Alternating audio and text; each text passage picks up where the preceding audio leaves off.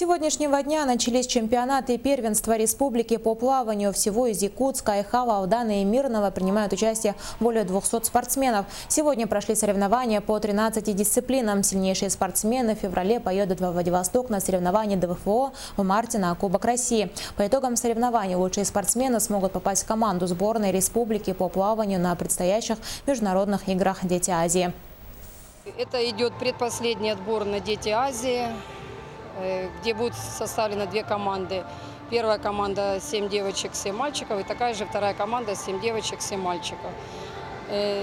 На «Дети Азии» будет 32 дисциплины, где по отбору эти республики Саха-Якутия, где будет проходить отбор, и последний отбор в конце марта, где уже будут окончательно подведены итоги сборной команды республики.